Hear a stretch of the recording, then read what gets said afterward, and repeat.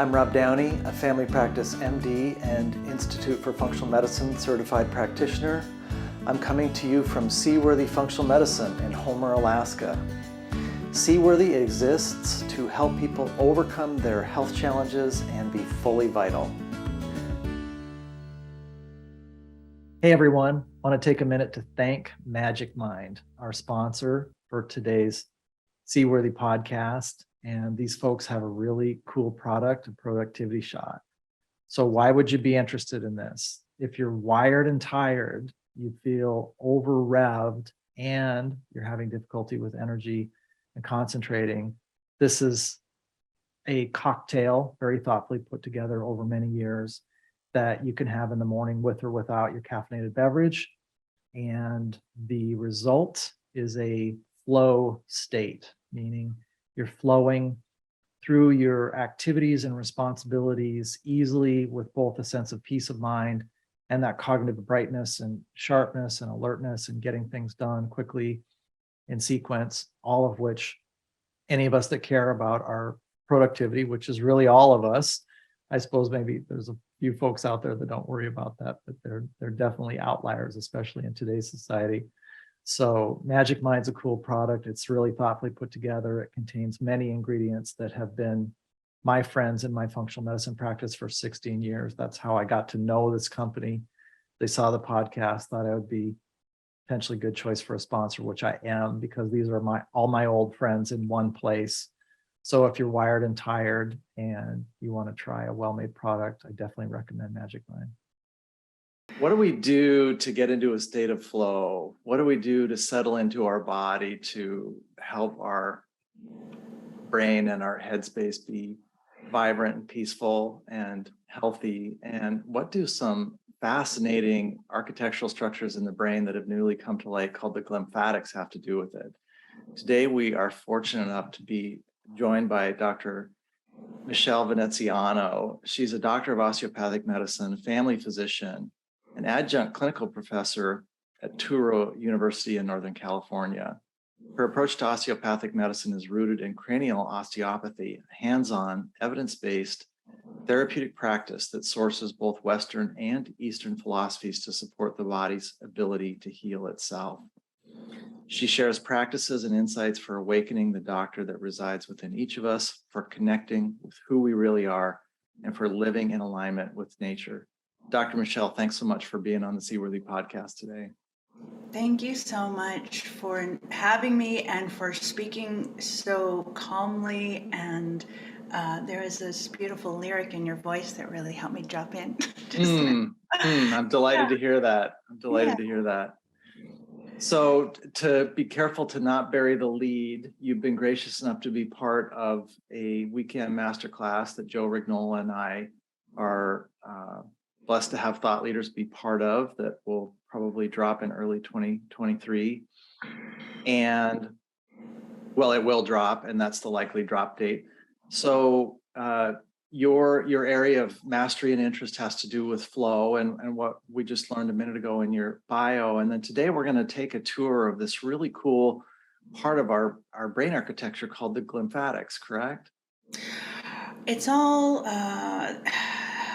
there's a lot of parts to weave together. And I would say, identifying how the glymphatics are affected by the autonomics, the blood gas mixture related to how we breathe, which is related to the autonomics, and the structure, including tensions in the membrane that impact circulation, which are also extensions of the autonomics, right? So we're really talking about glymphatics as an extension of the autonomic states. I feel that they're going back into the early 70s. There's so much research, and then now being duplicated in the world of polyvagal theory and the whole area of Stephen Porges's and related colleagues' research, that pretty much health not health, disease not disease, function not function, is a direct extension of the autonomic state,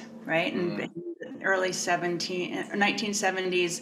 A PhD physiologist named Erwin Core did a lot of these studies and was very intimate with the osteopathic community, as is Stephen Porges. I actually met him in 2010 at an osteopathic, the big manual medicine conference that we have annually. And he also said off the record that if he had to put money on it, he'd say basically 100% of illness is related to autonomic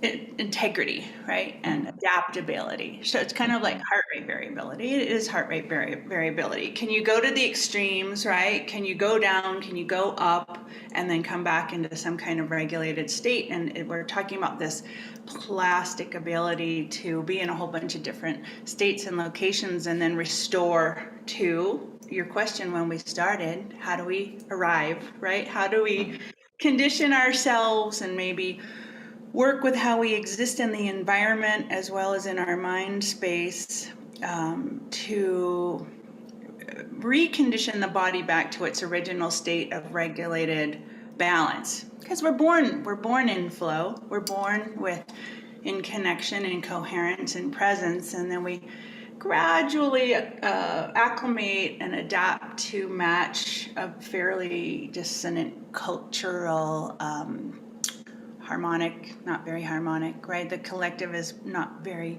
anchored, grounded, coherent. There's a lot of frenzied dissonance, and I think of it, I'm very energetically perceptive. I'm very intuitive, and to me it feels like shrapnel, energetic shrapnel happening all the time. So I developed this beautiful body of work because I'm so excited to gift to people. The shift that happened to me was like, oh, in my mind, I'm actually going to take all of these confrontations, assaults, as challenges. It's like, can I actually condition myself to be able to, use this entire nutty life experience of modern times like an obstacle course and have it really allow me to grow my system. It's not just physiologic, there's a spiritual aspect, there's an energetic radiance aspect where fundamentally, we are going to get to lymphatics, okay? I'm just giving context here. Fundamentally, if we can radiate powerfully, and I'm talking about electrical current in our bodies that mirrors, right, the integrity of the life force circulation, the subtle body, directly mirrors the autonomic state. So if we can get to a place where we have integrity and power, we actually create a bit of a buffer that we aren't necessarily going to be as impacted by a dissonant waveform in the environment, whether it be a scent or a negative thought or even a medication or a toxic food, right? We have the ability to neutralize. This is simply a feature of nature. This is why this is the basis of,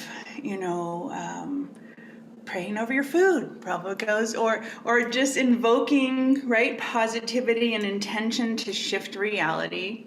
Piles and piles of research on something we've experienced to be true for thousands of years. Piles and piles. It's very cutting edge, all the work of, Joe Dispenza et al. You probably know more of the people doing the work in those areas than I do. So that's what I'm really excited about, right? And then the lymphatics is a particular thing I want to speak to because I just don't think anybody understands this little nuance, right? From an osteopathic perspective, it's pretty unique, right? So let me walk you through what I mean by that. If people were in autonomically regulated states, really lovely balance of sympathetic and parasympathetic. We don't really care if there's a ton of sympathetic as long as the body's in safety and really grounded and anchored in that functional, social engagement wiring. Sympathetic is not bad. It's actually highly mobilizing and creative as long as we're not in fear, right? I thought to say that. And so when people come in and they are in fear, and they are having headaches, and they are having a limitation to the circulation in their brain, it's all one thing. I basically feel some version of that in every patient that I put my hands on. What we then do is the osteopathic practice is so profound in that we recognize that the physical is actually an extension of the patterning in the electrical body. Whatever the subtle body's doing, that's 90% of who we are, is the actual consciousness aspect. Nothing's not consciousness. But let me just say it that the physical extends from the subtle body, the nature of the subtle body. And so in order to get the amazing results you hear about all the time, how do they do it? It's magic, osteopathy. It's this whole mysterious, secret society. And I want to change that because I want to explain to everybody, you all have these gifts. You all know how to, you were all born knowing how to shift and work at this level. And it's not complicated at all. It's your native skill set. So when you talk about this magical osteopathy, how do we get these amazing shifts? Well, we know how to tune in. Look at what's happening in the energy body. Light shifts a whole lot faster than physicality. So we go in there and just really get present. We don't really do anything. We practice, and of course everyone practices differently, but we practice getting really present. And then the nature of beings is that the strongest signal in the room wins. So I'm the strong signal in the room, anchored when the patient comes in. Their system starts to remember where that is, right? They just use me as a mirror. All of the research in neuroscience now around mirroring and modeling, this is what we do to each other, right? For each other. It's the nature of being tribal beings. And my intention of, mostly people don't get how much their intention and presencing with their awareness will affect this state. And so because I've been practicing it for 25 years or what have you, I'm strong in my broadcasting of that particular, quality. And then our natural, our nature is to want to return to health all the time. We're always like moving toward health, but we get to be like, where is it? Where's that location? I'm so lost. So we're like maps. The body comes back in, the being comes back into present time and space, which feels like coherence, feels like music coming into tune. We've all maybe experienced something similar in a great yoga class or being out in nature. It's really not complicated. This is just home for us. Some version of home often helps if there's a tree outside the window when we're working, but it's not always necessary. And then what I observed over the years is really, as I'm watching the autonomics come into balance simultaneously. So a lot of people can't feel energy yet, right? I couldn't for years and years after falls and other kinds of traumas and just being here on the planet and being so it took me years and years to thaw my system and get back to feeling these things. But most people can feel the autonomics, right? So you can feel in this moment, are your feet touching the ground? Can you feel the sensory experience of the contact of your sole of your foot on the earth? Once you start to feel, you're going to be shifting your autonomics automatically because you can't feel and think at the same time. So the feeling state, which is all we do when we sit with the patient, you're sitting with your own patient yourself right now, is that we do this sensory awareness journey, which is a following. It's not a leading. It's like, oh, where's the body? Where's the room? Where's the being taking my attention? And you surrender and let the forces, right, run the show. They're way smarter than we are. And then in watching the autonomics come into balance, I literally feel the fluids start to move. We call this fluid drive. We call what happens in the skull, it's the entire central nervous system is encased by dural membrane. It's this very tough membrane. And we'll feel that membrane start to shift viscosity. It will actually melt and soften. And then we'll feel, there's controversy. Do the bones of the cranium move? Well, they do, but that's not the point. The point is this shift, which is like a heightened electromagnetic field coming into the tissues. It's something we experience, pull some clothes out of the dryer, you have the hairs expanding. This is what it feels like. Electricity comes in, it's extremely literal, it's measurable, the tissues expand. There was something really cool I'm on the way to explaining here. So yes, then the skull, whether you want to talk about skull plates moving or not moving is not the point. Suddenly I'm feeling wave moving through the bone. So this is like a wave transmissibility response that comes through all the tissues, including the blood vessels. And then we have this feeling. It really happens in a couple of seconds.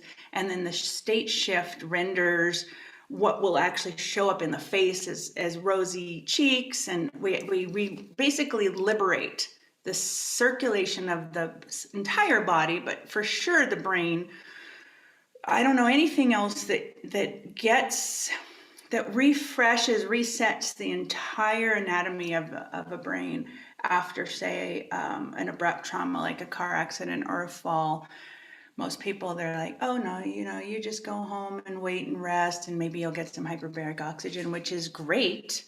But that doesn't always work either. If you can't really, if there's like, to me, it feels like a shrink wrap. It's like this contracture and this rigidity. And of course, what that yields are things that we're very familiar with, which is like the classic band of tension around the head, the headache.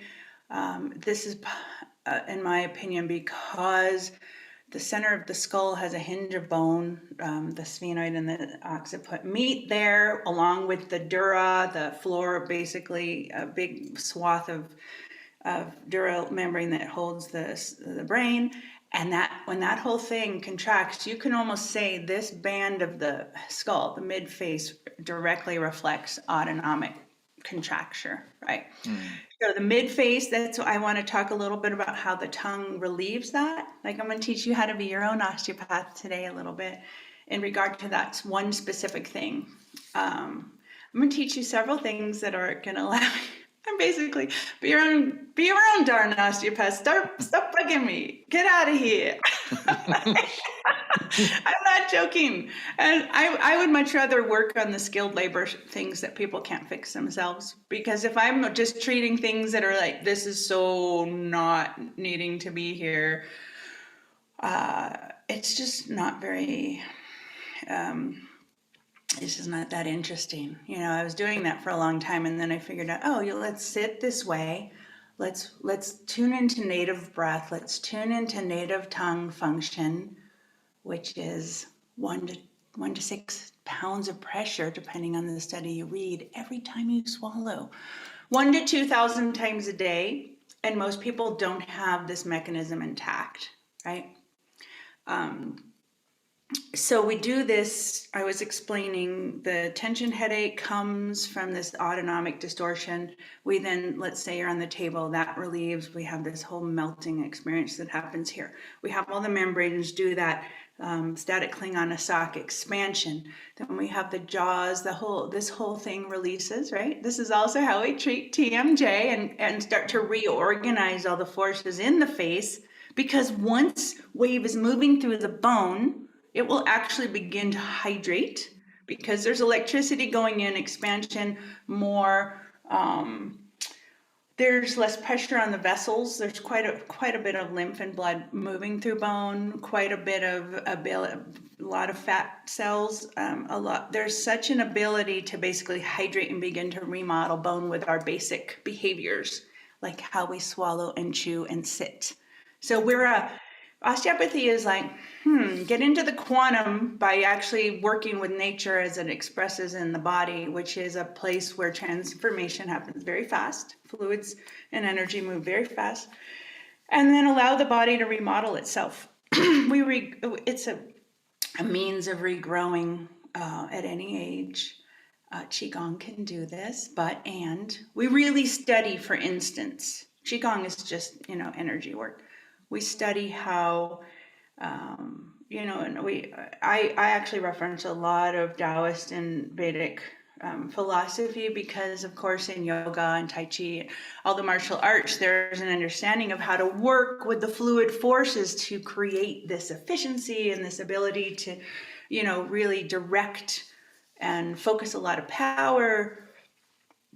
The problems that we're really facing now, all this tongue dissociation stuff and these postural distortions, these are features of modern time. So they're the beauty of osteopathic practice responding to these quirky aspects of modern life, and then integrated with the philosophies of the ancient lineages of all kinds, is really quite masterful. So I think that's kind of what I'm an advocate for. I'm like, it's not that complicated, people. It's really not. And maybe I'm very observant, and I think I've observed some brilliant things that are just so easily accessible and helpful to so many people. So let's get into. Well, before we segue into how to be your own osteopath, can I do some set some stage elements for our audience, some of whom will track pretty smoothly with what you shared, and some of whom might sure. You mean you actually want to talk? I don't have an agenda per se. I'm teasing you. I realized I talked for a really long time before you got to talk. Go ahead. So I think folks should know about Dr. Porges that he's brilliantly illuminated many facets to what lots of us heard about over the course of our lifetimes. We heard this dichotomy of fight flight versus not being in fight flight, and the newer understanding of our autonomic or our automatic nervous system. Like, this comes up a lot, thankfully, but folks who've heard the other podcasts will be pretty quick on the take. But if this is their first podcast, they may feel like they didn't know that the two systems can run together in real time. And they also may not know that Dr. Porges showed this dimension that helped me so much when he talked at the Institute for Functional Medicine Annual International Conference a couple of years ago about freeze faint is the deeper layer. And it explained to me so much of many people I worked with or care about are not, they're not in fight flight mode, they're frozen. And so these issues around softening, et cetera, and flowing, I think now that I'm focusing more on helping people get unfrozen, a lot of them have this aha feeling as we discuss it. Again, this sort of resonant conversation where we'll say, well, if you feel sort of frozen or dissociated from all these things you're perceiving as threats, then you get a little bit more sense of where you're starting from to then try to get in your body and get grounded. So the related thing, as we learn from you, what do you do when you work with patients who don't intuitively, like, can folks work with you who aren't comfortable with the idea of energy healing or sensing energy? Like, do they need to be receptive to the idea to benefit from the practice? Because everybody's been in flow, right? Making music, chasing their kid around the yard, like. I guess the first thing I think of, and really interesting question, thank you. It really depends on the person. I don't take it as receptive, not receptive. People want to feel better. I'm pretty straightforward. I'm East Coast. I don't actually consider this magic or woo woo. I mean, nature's magic. And it really feels like it's about readiness of a person to surrender to this maybe they don't actually get to be in control place where really nature takes over. Some people have a very innate comfort with this, other people don't. If they don't, it's not likely the treatment's going to stick anyway, but you never know. I can't generalize. People come and I get a yes or no, should I help this person? Yeah. Really mental. Yeah, I don't know that we need to dwell on it long. Probably it comes up briefly for me because I had to come to terms with this being more of an experiential component of my own healing process and my patient's healing process. And that it's like this particular one, the science has caught up with people's experience in these thousands of year old lineages. Yeah. And so I think it feels to me that way too in my practice when people benefit from these particular approaches which are amongst the most powerful. And again, I get to talk to amazing people like you who use these for people's benefit. To some degree, people need to listen to their Deborah Wayne said, they just need to be honest with themselves. They have to be in a space of honesty with themselves. And then they need to listen to that signal to trust to enter that space. I love that. And I think one unique tweak I put on statements like that, which is we're really out of the realm of have to. It's more like get to, right? We're entering shifting the entire idea of self-care from obligation to invitation, because this is the realm where things are easy and fun and feel good. And then the biggest part is we're resourcing, we can really show up for other people, which is our soul's highest actual desire, whether people realize it or not, when we're really able to be in service, simply purely in service with no agenda or requirement to have anything in return. This is what actually makes our cells, like just me saying that, I tuned into my body and I felt every cell go. And imagine a world where each one of us were just in that space where it was obvious. This is what we do. We get up in the morning and we look to see how we can be helpful. Yeah. Service. Be completely different place, right? Yeah. Well, thanks for allowing that digression. So how do we be our own osteopath? Yeah, let's get into the fun of it. It's super fun. So what I mentioned, presence, right? So that this initial simply attuning to sensation versus, you don't have to quiet your mind ever. You just start to get curious and start to, I go wide perception like you might in this moment, anyone who's listening, and you also, David, to kind of hold the entire room if it feels easy and right, or a smaller amount of space, and notice where your attention is drawn. It's like broad vision, scanning the night sky, or holding the entire view of the night sky, imagining the first star coming out, or a shooting star. You go into this very neutral, diffuse awareness, no staring. It's receptivity. And in my case, I'm noticing, my attention's being pulled into the right side. It's pretty typical. And then maybe if you don't feel anything, tuning in to the soles of your feet, as I mentioned before, on the ground. Very, very basic. Maybe even visualizing your feet extending into the ground. Maybe even tuning into the connection of your that you have with your seat, which I would like to say some very deliberate things about. Everything in osteopathy is about the midline. Let's say everything in bodies organized in polarity between earth and sky have this central axis, right? In the physical, it reflects as the spinal cord and the spine itself, but it's actually an organizing electrical axis. All the chakras are here. We don't want to be collapsing this and waiting on it. We actually want to move our weight to our thighs, 70% roughly. You're looking for your own sweet spot. 70% might not feel very comfortable now if you're actually shaped like a C, because you've modeled yourself to this sort of like flattening the back, right? Because in most chairs you have you sitting in a hole. So I would say, everybody out there, I'm going to say, don't sit in a hole. Try find, if you will, like in this moment, I'm on the edge of my chair, letting my knees drop a little lower than my hips, and not letting my low back collapse, finding that where it's not the right posture. Right posture is actually, when I look online, I'm mortified because I see these rigid bodies trying to hold right posture.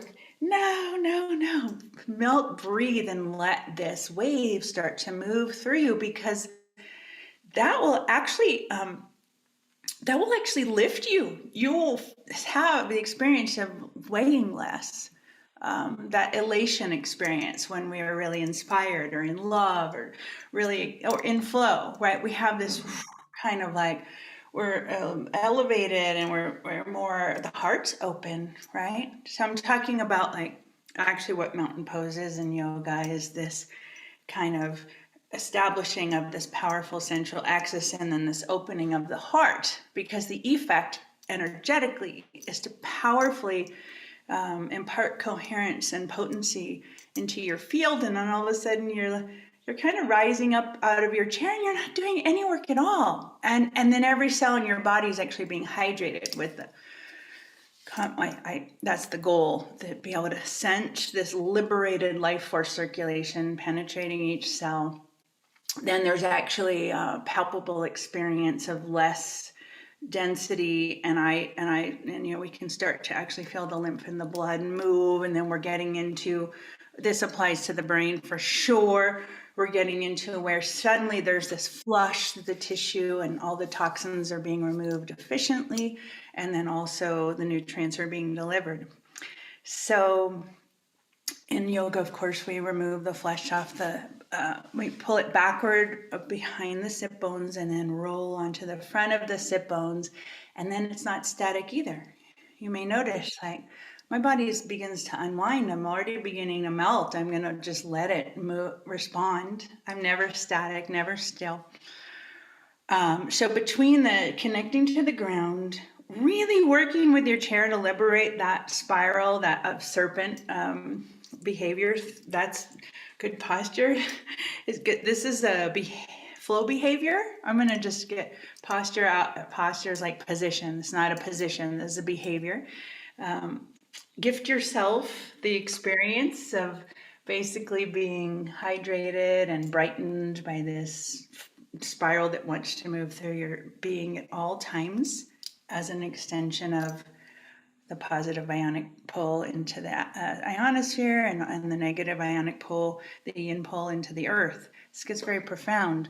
We have all of these axes mapped out. I love to share some of the diagrams that physicists have written about how yin yang actually manifests. And it's very powerful.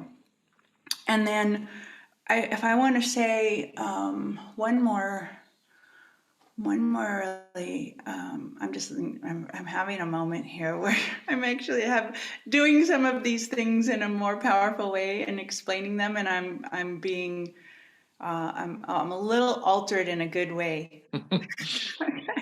Getting a little stoned.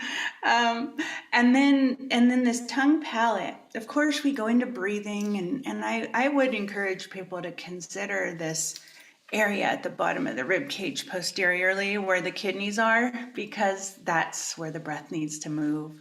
Right, this rigidifying of the spine locks up that junction, and that's our middle burner. That is the visceral hub of the body, the lymphatic hub. It reflects if we're in fight or flight, the diaphragm grips, the kidney, adrenal goes, right? This is adrenal healing, is to get the breath, really supporting the adrenals. Release that diaphragm just simply by tuning in and noticing if the breath is happening there. And you can put your hands there, and just having the hands there is actually quite powerful. Even just the touching of the skin over the kidneys is potentially going to shift some physiology. And then the moving of the ribs. So you mentioned in the polyvagal theory, a resting state breath, there's not a lot of rib motion because there doesn't have to be a lot of motion. It's a fluid expansion. But when the body's kind of rigid, getting those ribs moving can really wake up that ventral vagal pathway, right? That's all above the diaphragm.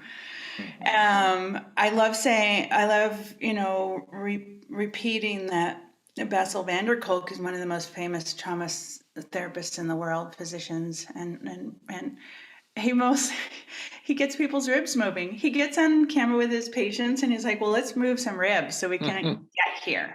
Right. And then the expanding of the rib cage. If you can, I remember learning from Chinese medical doctors that peak of inhalation, where the breath is silent and you imagine it going all the way up through the crown of the head, is actually stretching receptors in the capsule of the lung, which are parasympathetic fibers. So this sort of, all these little nuances that we don't think about at all. Just knowing that there's a peak inhalation can have you kind of create space in your psyche for noticing, are you doing a full excursion of the breath? I actually have I was not breastfed, and I have less space in my face and airway than I would have. So notice when I'm speaking, I'm often inhaling through my mouth. That's not correct. It's just what works for me at this time. I have a little bit of allergies going on because of the environment. I want to make a note of that. If anyone's noticing, we're getting into correct breathing. We're not correct. We're going to get into the breathing that keeps the nervous system regulated. There, I just moved to nasal breathing in the naming of that. And how it is. Just imagine like a person in a panic attack. That's an extreme version of fight or flight where they start to decompensate. And what do? We have them rebreathe into a paper bag to increase their carbon dioxide and nitric oxide levels.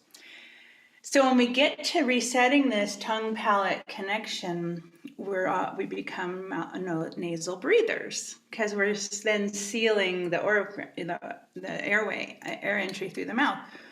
And that actually changes the gas mixture very quickly. In 1 minute of, say, someone is really stressing out, everyone out there, if you're really stressing out or know someone who is, start breathing through your nose right away. In addition to moving your weight to your thighs and feeling your feet and noticing the breath here in the kidneys. And what happens immediately, those are both vasodilating, drastically vasodilating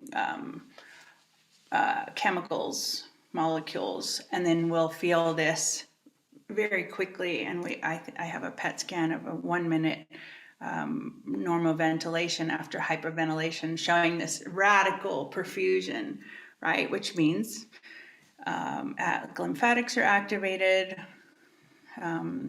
Lymphatics being the drainage vessels for the nervous system. Oh, thank you. Yes. So lymphatics, but we name the lymph in the brain particular because we call a lot of cells in the brain, basically they're glial cells. So it's anything is brain. And so the lymphatics of the brain are called lymphatics. And most people don't even know that word. So I'm really happy we're getting to speak about it and get it a little bit more out there and understood. Very critical, right? Not only for, it's like if we have this catch-22 of residual irritating chemicals in the brain, that'll activate the autonomics. That'll actually take your immune system down. Like, this is very essential, right? And then, of course, if chemicals, toxins persist and accumulate and nutrients aren't getting in, then we have cognitive decline. So all of the ways that in functional medicine we respond to cognitive decline are get the nutrients in, get the chemicals, get the waste products and toxins out. And I'm basically, I think this whole point of what I'm here telling you today is that a massive component of achieving that is mechanical from your behaviors in space, some amount of it mindset based, right? Shifting from, oh, I'm being assaulted from every angle to, oh, how can I actually work with everything that's happening to up my game, right? Bring out my power. I'm going to write a book, How to Prevent Dementia.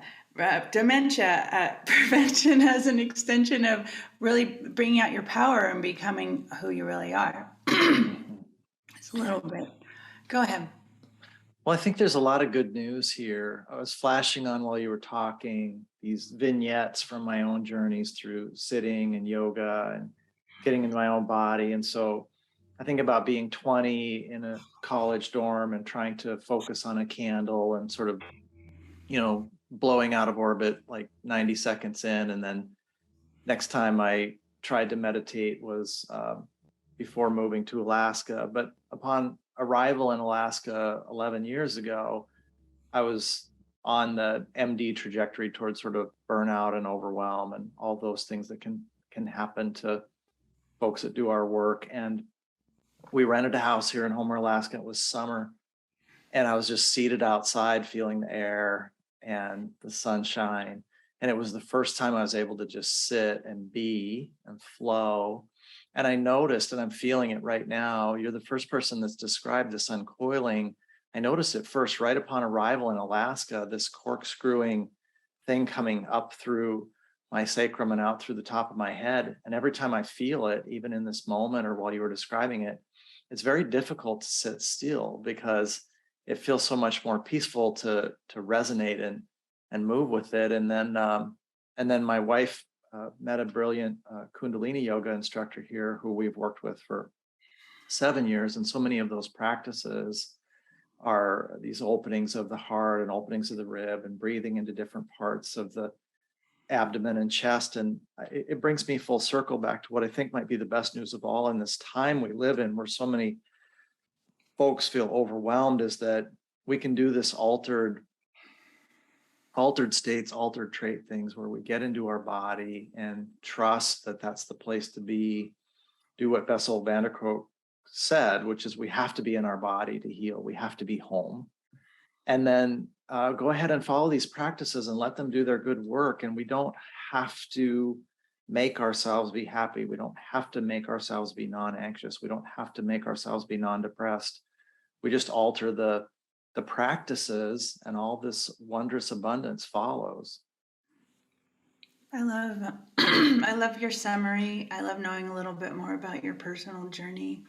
Um, I think there's like this receiving theme, right? That you just hit on it. It's like, do we have to do, fix, improve, adhere, comply? We actually can. This flow is this dissolving and surrendering and kind of stepping back to allow the intelligence and power of the universal field, infinite consciousness to kind of drive a lot more intelligently than we know how to. I guess I just described flow, right? I also described the place where healing really happens. I also described the place that we access when we're in the body to, confirm my feeling that Bessel van der Kolk is absolutely right. And this theme, this receiving theme, if you feel about it on a really profound level, we're doing the opposite in the culture worldwide. We're in scarcity, we're in separation. So this, fundamentally, this receiving channel setting frequency is a much more expansive and abundant simply state of existence where being in there, we sense possibility, we sense, capability, we have a sense of safety because of those things. And then the autonomics come down and then the energy starts to move and then our brain gets all the blood and, nutrients that it needs. So I guess I began this podcast by saying, I believe that autonomics are key. Obviously, getting in the body is key. But then the other part is your mindset, how you work with your thoughts and how you, maybe your relationship with source or nature that you would be having somewhere where you could tune back in for guidance, right? These are very fundamental things. As primitive man, we lived in this way with attunement to nuance and subtlety in the environment. Or that's how we survived, right? We knew what the weather was doing, where the predators might be, where to plant our food, because we could kind of sit back in reception. We don't have to think and, make this happen. We're like, oh, let me be guided. And then, of course, so many layers of information that we may never have reasons for, right? We get our sense of, oh, my gut feeling is our crops need to be here. And then, oh, that happens to be where they're not flooded when the rain comes, right? It's just, how could we know? How could we know? The mind is not capable of that from my perception, right? The mind is an extension of the body. I was Mhm. talking to Joe the other day and I said, when people talk about how we really only access 10% of our intelligence, in neuroscience, or Einstein said that. I don't know exactly what he meant, but what it means to me is that this is 90% of the intelligence is here in the body. And if you're Mhm. not in the body and you're running this, you know, very capable in some very intricate ways, brain power, without the context of the body knowing intelligence and heart connectivity for actually making compassionate choices, it's kind of dangerous. And I think we're seeing that here. It's like this adolescent portion of our intelligence without the context of the anchoring and the in the wisdom Mhm. that comes from the brain as an extension of the body. And the brain as an extension of the body also becomes physiologically functional in terms of supporting lymphatics. I keep trying Mhm. to bring it back to your topic. You Oh can. no, I think the conversation itself flowing is super useful as well. Something I just hit me pretty strongly. I'd love to know your take on this. I had the good fortune, because a friend I trust in Montana advised me to go get this training. So about 15 years ago, I got to be on the campus of Harvard while Herb Benson, who did this pioneering work there on how he studied monks there and found how meditation changes genetic expression. And so they do this week-long intensive at the Benson Henry Institute where they teach medical providers to teach meditation. And they said the folks that go through their cohort there get to come back and take the class again if they're willing to be a buddy for other people who take the course, because invariably trauma arises and is cleared when you teach novices to meditate. And to me, that touches on something I see a lot in my practice, which is once we've been the beneficiary of this safe flow that we can enter, it feels like the safety of the womb. But if somebody hasn't experienced it, it can feel like the vulnerability of a child to being in a space where they were traumatized and they're going to get hurt again. So if people ask you, like, how do I trust to enter this space, given that the last time I felt this way, I was hurt, what would be your advice to them? And do you see when you work with people, do they have trauma arise and Oh, clear? I'm so glad you brought this up. I try to speak to it every time I speak because, firstly, my first dive, I work with continuum movement, which is, I don't know, it's founded by Emily Conrad in the 1950s, but it's basically self osteopathy practice, dissolving, turning into an amoeba in space and going into a trance with sound and breath. And this is a deep dive. And the first time I did it, close to 20 years ago, I was just going about my business and I had no reason to be. I was so comfortable and held in a group of about 15 people with one of my closest mentors and other colleagues. It was mostly osteopaths. And I touched down in there and I had basically an anxiety attack right then and there. And it was like, I was so amused and curious about it. I kind of shifted out of it pretty quickly because I'm so like, oh, that's amazing data, that happened.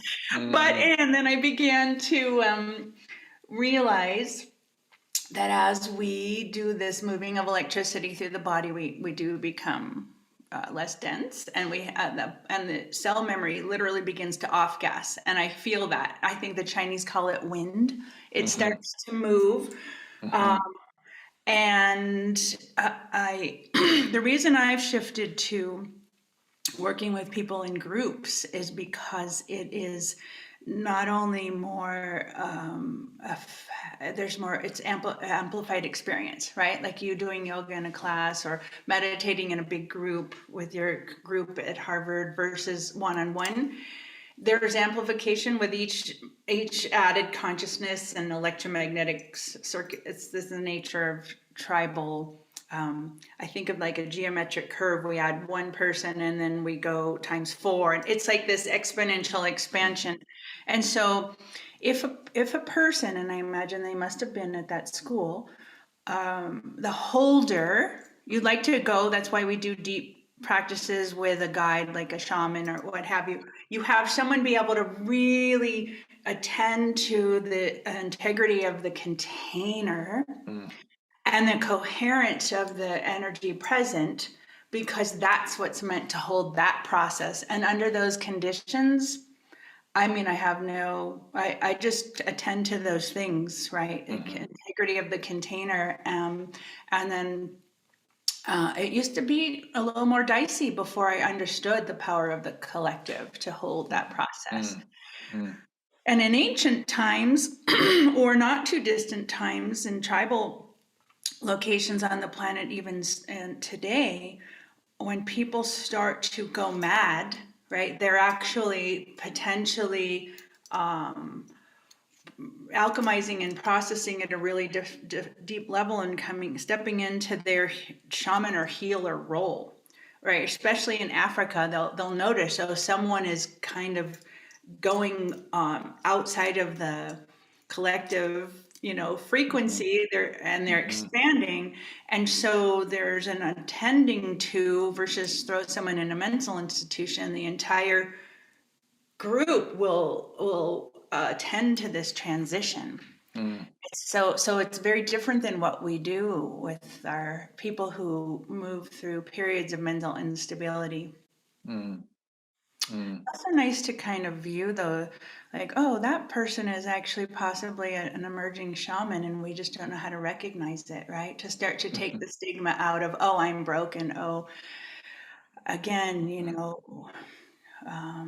trusting and surrendering more to the larger process that is guiding us even in this moment of imminent, all these disasters are part of our learning and cultivation. That's beautiful. Yeah, and I also want to say I skipped over telling people about the tongue specifics. And if you leave with just one thing today, I'd love everyone to practice keeping your tongue across the roof of your mouth entirely. And I'm demonstrating this with my hands now. And noticing if you can even do it, right? Sometimes we have to release the fascia at the base of the tongue. Sometimes there are bits of residual tissue called frenums that actually need to be released by a dentist. And then we're looking for the posterior contact where the soft palate and the hard palate meet, because the soft palate's innervated by the vagal pathway. In fact, that posterior oropharynx is the entire polyvagal superhighway complex of nerves, right? So we want to be figuring out how it is that we swallow in order to basically be tonifying, waking up that area 1 to 2,000 times a day with the 1 to 6 pounds of pressure of a well-functioning tongue. I actually wrote a really brilliant article. I peer-reviewed it with all the major players in the field and attached 300 studies. So maybe we'll put that for people down below. Oh yeah, that'd be great. That article, and I do reference circulation in the brain tissue. So just to kind of land our academic focus for the day. Yeah. Autonomics. Wonderful. Well, it feels to me like the message is trust, lean in, tune in, drop in. Connect, ask for support, right? Just asking, which is very vulnerable and it's not what we do. We think we're supposed to be invincible and independent. That's not how nature works. We're very, very dependent. Asking is a receiving. Asking is like, I'm willing to receive, right? And remembering that your ability to serve and provide, which is typically a lot more comfortable than receiving. It's a function and an extension of your ability to receive. If you're not hydrated, if you're not running your serpent, you're not only is your physical body going to be challenged, you're definitely not going to be having as much fun, and you're not really going to be able to show up in ways that satisfy your soul. The meaning part of why we're here. Yeah. Beautiful. What a blast getting to spend this time with you. Likewise. I'm so happy to be connected. Yeah, I think connection, we could say, is we could have started out with the connection focus, Mm, right? mm-hmm, Connection, healing your lymphatics through connection. mm, That's what we could mm-hmm, call it. We could name this. mm. I like that. Play. Yeah. Yeah, Yeah. playful connection. Well, it's great knowing that people can learn more from you. And do you do programs or remote work, or do people have to be physically at your clinic to work with you? Oh, I don't work in my clinic much at all. I have other doctors who are there doing the pieces I can't do. And no, I'm teaching in groups online. I've done my Mm, third continuing medical education program. So this is actually available for MDs and DOs as a CME, which, we all need these credits to renew our licenses. And anyone can take it because wow. it's really all of this work initiated first for me to heal myself because I was Mm-hmm. you know, had 3 jobs: hospital, clinic, private practice, small child, fixer upper. When I was first out of med school, I had no time or money to go have sessions, and I was desperate. So the necessity motivated me to figure out how to, and that continuum movement was part of that. Learning about all the tongue stuff was part of that.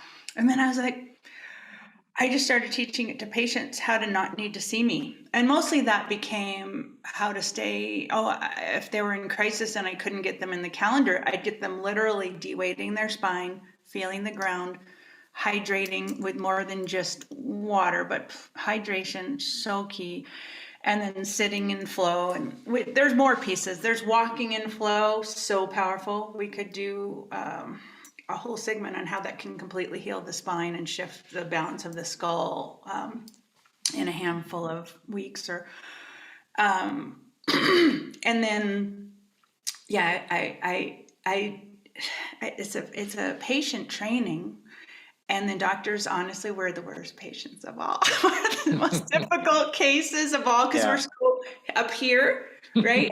So I basically have doctors get off their high horse and get in these rooms with people where we're all just people and we learn how to connect. And we do some academic stuff with slides. We're practicing in real time all the pieces of the tongue and the posture, behavior. And then I actually do remote healing sessions on every weekend, every Saturday. We actually practice. It's neuroplastic, right? Like you said, when you started to meditate, it was very elusive, but over time you're actually growing neurons and meridians for holding that state. So the experience of having the group help you run more energy and communication between your neural pathways begins to grow them. So those weekend sessions are not about me healing people. They're about me holding the space so people can drop in and start to activate their healing intelligence by simply allowing it to run. It's all about teaching people to fish. I don't do any giving of fishes, although, there's always a little bit of there's no hard and fast rule. So I'm starting a new one of these trainings at October 25th. We'll do 2 evenings a week for an hour and a half, and then we'll work on Saturdays for an hour, the healing practice lab. And then in January, I'm doing the whole thing again through the big biofield research university in Southern California and San Diego that Deepak Chopra teaches for, and all the biofield researchers, like Beverly Rubrick and Dean Braden. Mm-hmm. And I'm so excited. Osteopathy has been in a little bit of shrouded, and unavailable, and I just don't understand that at all. I feel like the world's really ready to receive, and they're just so excited about it. I feel like the embodiment piece, honestly, is missing from the entire intellectual realm of even understanding energy. It's actually returning to our native states. So I will be sure Sorry, to. go ahead. Well, I also wrote a little summary ebook I'm going to give you for your people. Oh, thank you. Yeah, Oh, wow. Thank you so much. yeah, and the link to where the information about the trainings exists. So I'm really happy you asked, actually. I love it that you embody this trust and flow you're describing. Oh, thanks. I think so. You know what made it really potent? was when I started to participate in the group healings and hold the space. I'm receiving 10 times more.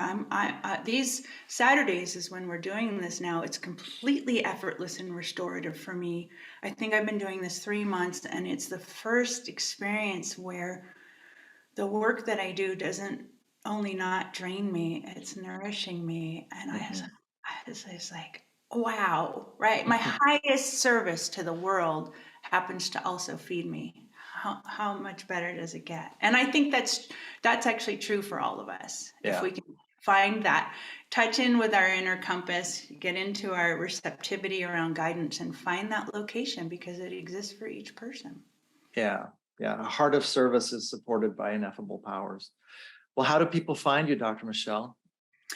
I have 2 websites at the moment. If you Google my name, Michelle Veneziano, do.net. And then I have a new website. It should be up in a few weeks. flowismedicine.com. My whole teaching umbrella, moving from my medical practice office physical location, is becoming Flow is Medicine. No one out there is using that term, so it's amazing. As like, this is the whole entire point of existence. Flow is medicine. Oh, nobody's noticing. I'll take that URL. Flowismedicine.com. And yeah, I'm easy to find on Google. I have all sorts of podcasts, and I have all sorts of things up there now. My YouTube channel is full of really good stuff. I do a lot of trainings with people, and then have their permission to actually share those, and we put those up on the YouTube website too, right? And here's the thing: you think, oh, why would you give away all the teaching? Because there's nothing. That's not the point of it. The point is doing it together and invoking all of the energy and change and magic that occurs in the live experience of connecting. Yeah. That's Abundance. the medicine. Abundance. I'm sorry? Abundance. Yes, but also like my particular gift of holding the container, my particular way of being able to guide the whole process. And I know some people say that actually comes through in recordings also, for which I'm very, very grateful. I would love to be as supportive as I can to as many people on the planet as I can, for as long as I'm here. Well, I'm going to be lit up all day from getting to talk with you. So thanks again, and have a wonderful day. I'm so happy, Dave. It was so wonderful to meet you, and I hope we get to reconnect. Thanks for joining us for the Seaworthy podcast. Seaworthy exists to help people overcome their health challenges and be fully vital.